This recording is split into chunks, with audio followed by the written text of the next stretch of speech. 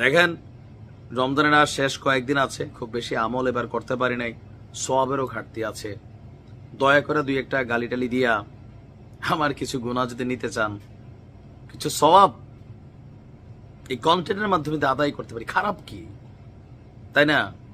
জাতি আমরা বড় ভালো, ধরেন এমনি দান সদাকা করি না, সোয়াব মাশাল্লাহ কিছু আজকে ইনশাল্লাহ কামাবো। কারণ আমার আলোচনা যখন আপনার মতের বিরুদ্ধে যাবে, আপনি তো গালি দিবেনই, ইনবক্সে মেসেজ দিবেন।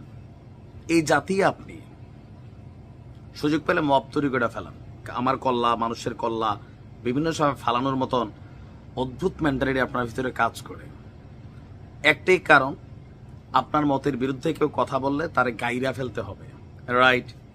আর মিনিমাম লেভেলে চেটুমেটু যারা আছি আমরা, যাদের কোনো ক্ষমতা নাই, একটা গালি দেওয়ার ক্ষমতা আছে, দিয়ে যান, সব টপ কিছু কামায়। যাই হোক, আলোচনার বিষয়টা অন্য জায়গায়। হঠাৎ করে আমরা দেখলাম যে সারজাস এবং হাসনাত, সারজাস না সার্জিস, দুইজনই একটা ভিন্ন রকম বক্তব্য দিলেন আবার গতকালকে। হঠাৎ করে 10-11 দিন পরে ক্যান্টনমেন্টে থেকে এসে কি নেগোসিয়েশন হলো, কেন গেল, কারে জিজ্ঞেস করে গেল, আইসা আমরা যতটুকু বুঝতে পারছি সেনাবাহিনীকে যে ধাক্কাটা দিছিল, এটা কিন্তু হজম করা তো সোজা না, মনে রাখেন।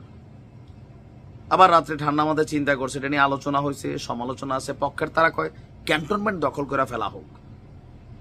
কিছু আজব বোকাচো আছে না এদেশে, আছে পাগল, এটি মানে নিজেও কইতে পারে না নিজে কি, এই কারণে দেশের উন্নতি নাই।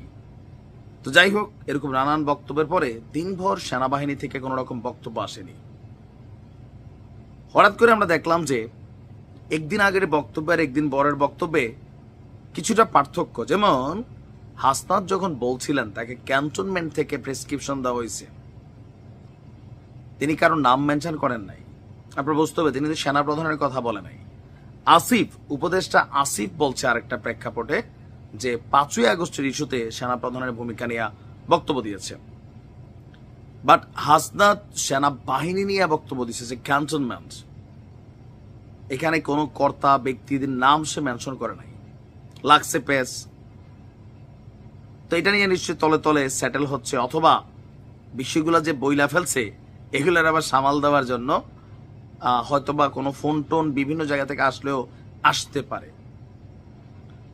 এত যে ভয় পায় না বিষয়টা কিন্তু তা না, ভয় পায়।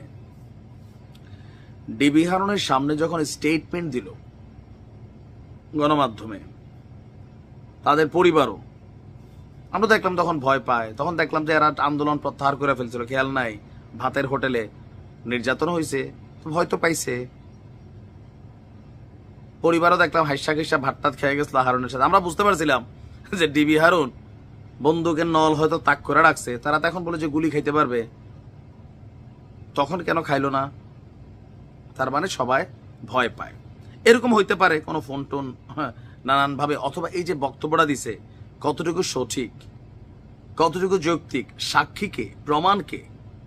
হাসনাত একজন বলল তিনি তো ভাই পীর আউলিয়া না, তিনি সাবেক ছাত্রলীগ কর্মী। আর ছাত্রলীগের কোন নেতা কর্মীর উপরে এদেশের মানুষ ভরসা রাখে না, সে যতই ভুল পাল্টাক বা রূপ পাল্টাক, নতুন ভাবে তাকে নেতৃত্ব দিতে পারে মানুষ, তার কথায় শতভাগ আমল করবে। আমার মনে হয় না যে এতটা পাগল এই জাতি। আমরা বুঝতে পারতেছিলাম ডালমে কুচ কালা হে হইতে পারে, সাদা হে, পিঙ্কও হইতে পারে, হে। এরপরই হঠাৎ করে আমরা দেখলাম সার্জিস বলছে সেনা প্রধানের বিরুদ্ধে কোনো অবস্থান নেই, সেনাবাহিনীর সঙ্গে কোনো দ্বন্দ্ব নেই। ভাই মানে কি আপনাদের কথাবার্তা? সেনা প্রধানের বিরুদ্ধে কোনো অবস্থান নেই। আমরা সমকালের একটা প্রতিবেদন দেখছি, সেনাবাহিনীর সঙ্গে অভ্যুত্থানের পক্ষের শক্তির কোনো দ্বন্দ্ব নেই। জাতীয় নাগরিক পার্টির উত্তরাঞ্চলের মুখ্য সংগঠক সার্জিস বলছেন, একটি পক্ষ সেনাবাহিনীর সঙ্গে আমাদের দ্বন্দ্ব লাগানোর জন্য উঠে পড়ে লেগেছে, তারা প্রোপাগান্ডা ছড়াচ্ছে। কোন সেই পক্ষ ভাইয়া? আপনারাই তো বললেন যে সেনাবাহিনী এসে করে 2 দিনে পুরো মাঠ মোটা উড়াইলেন। ইভেন সার্জিস বলছেন সেনা প্রধানের